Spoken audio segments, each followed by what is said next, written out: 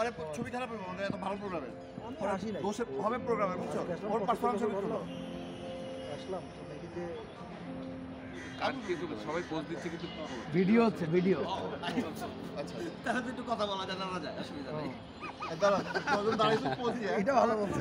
ছবি তোলার কথা শুনে সবাই চুপ করে গেছে আরে শালা জিনিস ভিডিও না ইয়ে আছে আমি ফটোতে যাচ্ছি ছিলাম শর্ট শর্ট কিছু ভিডিও নাও পরে